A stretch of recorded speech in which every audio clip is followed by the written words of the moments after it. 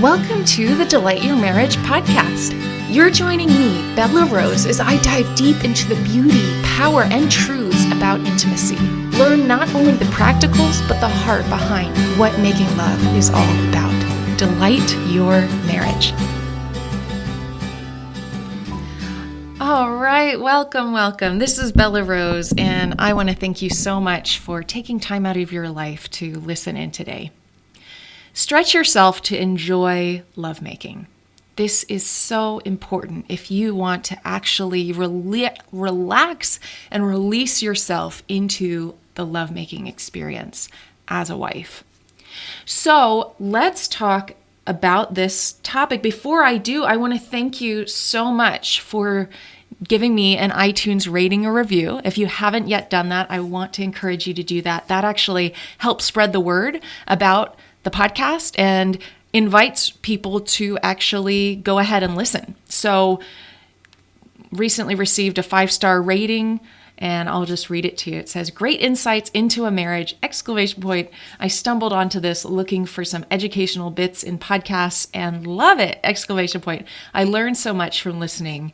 So thank you so much. That was so helpful. And again, it encourages me and it encourages everyone else to go ahead and tune in and to be impacted not only by how to make their marriage thrive, but generally how to be the best person that you can be, how to look most like Jesus, and how to walk through that.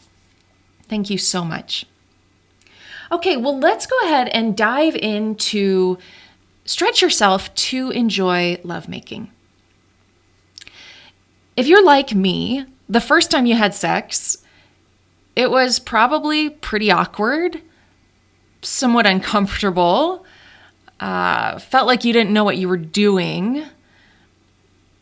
Just not a very positive experience. I've not heard it aside from movies, right? Where it's just incredible the very first time. That's in movies. That's a fantasy-like existence, or you're part of the 0.001% that actually was very, positive and relaxing for you, especially as women, and that's really who I'm speaking to in this podcast. So, how did sex ever become anything other than that? Well, what you did was you stretched yourself. You started with something that was very uncomfortable, and you did it enough times that it became comfortable, and suddenly, now that's something you're comfortable with. That's who you are. That's what you do in sex because you've done it over and over again. So what I want to invite you to consider is that act of stretching yourself is actually what sex is all about. When you stretch yourself into becoming more of the tigress that he's seeking you to become, why then that is going to become who you are. And so I'm really excited because I've asked a lot of my audience to participate in a very short survey. It's like 2 questions actually, to just see where you are in seduction right now.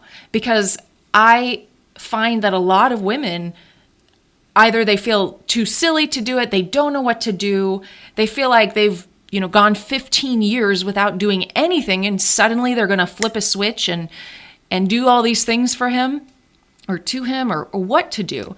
And the reason I am asking them for their feedback and what's currently going on and what their questions are is because I want to provide content that's actually going to help them the most. And so if you go to delightyourmarriage.com/seduction questions, that's www.delightyourmarriage.com/seduction questions, you can fill out that survey quickly for me. And what that'll do is, like I said, give me the opportunity to provide that content back to you. Awesome. So anyway, that's generally what I hear from women is they don't know what to do. And they don't want to feel silly. And the thing is, I say this all the time, you are going to feel silly before you feel sexy. That is the process of events. I've even heard from sex educators. sex educators and marriage educators, where they feel too silly to seduce their husbands. And I'm like, well, what are we doing here? I remember speaking to someone where she was, having a challenge around this topic of, should she seduce? Should she initiate? What should she do? And she had gone to a sex therapist to ask if she should just go in there naked and just straddle him and take off his clothes and just go for it. And the therapist was like, no, you should not do that.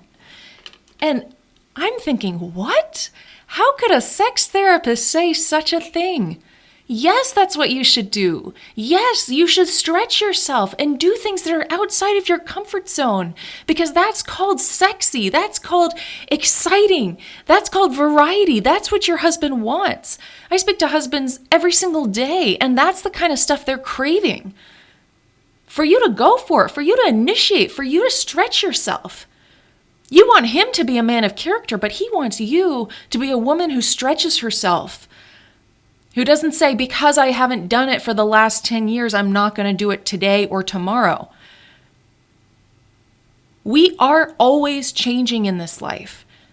Nothing about this life stays the same. We're always getting more wrinkles, or we're, becoming more healthy and more fit, or we're becoming less so. We don't stay the same. That's not how life works. And so I know it feels like you're the same person that you were 5 years ago. You are not. What you have allowed yourself to think about, to talk about, the books you've read, the people you've interacted with, they change you. You are a different person. And so if you choose to stretch yourself in lovemaking, then you are becoming a different person. Your husband married you because he loves you. And part of the biggest things about marriage is sex, right? Otherwise you would just be roommates. And that's what I hear so often from husbands is like, we're just roommates. In fact, this survey that I am collecting responses to right now, one of the husbands is like, why is this sacred duty not fulfilled? This something like not keeping up her end of the marital contract, something like that. And I understand that, because a lot of times men, it's almost rare that I work with couples that save themselves for marriage. I think that's God's best. I think it's wonderful. And the reality is that a lot of people don't. So for the people that don't, a lot of them say dating sex was way better than marriage sex. That's one of the missions of DYM, is to change that, to make a movement where people can't wait to get married because the sex is so hot. The sex is so good. It's so frequent. It's so exciting. That's what is God's best. That's what God wants for your marriage.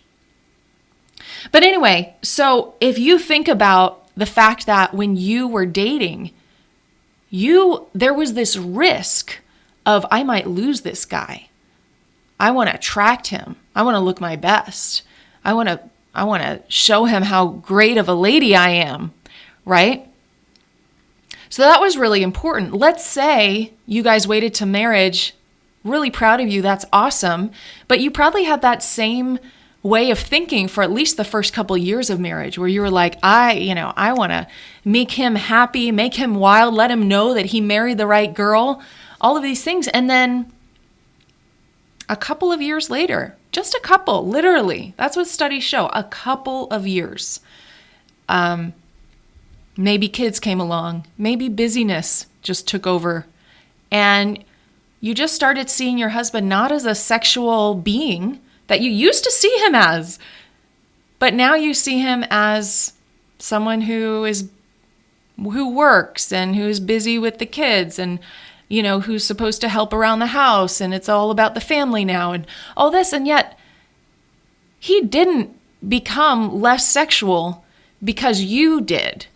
He is still that same person who is sexual, who desires the variety, who loves that. I remember one man telling me it felt like I got trapped in my marriage. Feels like she lured me in with her awesome sex appeal, and then it completely shut off and I was trapped. And honestly, that's not a unique sentiment. And yet it should be. It should be horribly rare. That should never be the case. If you decided you were going to get married, you decided you would marry his sex drive and his passion and his craving of what you essentially promised him from the beginning. That his expectations were that you would continue to stretch yourself in lovemaking. You would continue to pursue him with fire, with passion, with vigor, with fierceness. So if that's not where you are right now, I want you to just be gentle with yourself. I want you to forgive yourself. Whether it's been, like I said, decades, or whether it's been 6 months. God is a God of new beginnings. He's a God that says, you know what? I forgive you. We can start over. And that's what I want you to trust now, is that you can start over. You don't have to pretend like consistency is most important in your life. You don't have to be consistent from who you were yesterday. You can be completely different. That's the thing. That's the beauty of life, is you can change. You can grow. You can become better. You should never be the same. You should always be growing. We are never done. I am so far from who I was just 5 years ago. I'm so different, thank God. And I hope in 5 years I'll be completely different again. I have so much to learn. We all do. And I hope that this episode is going to say, you know what? Have I stretched myself in intimacy yet? When was the last time I really stretched myself? I want to encourage you to do that.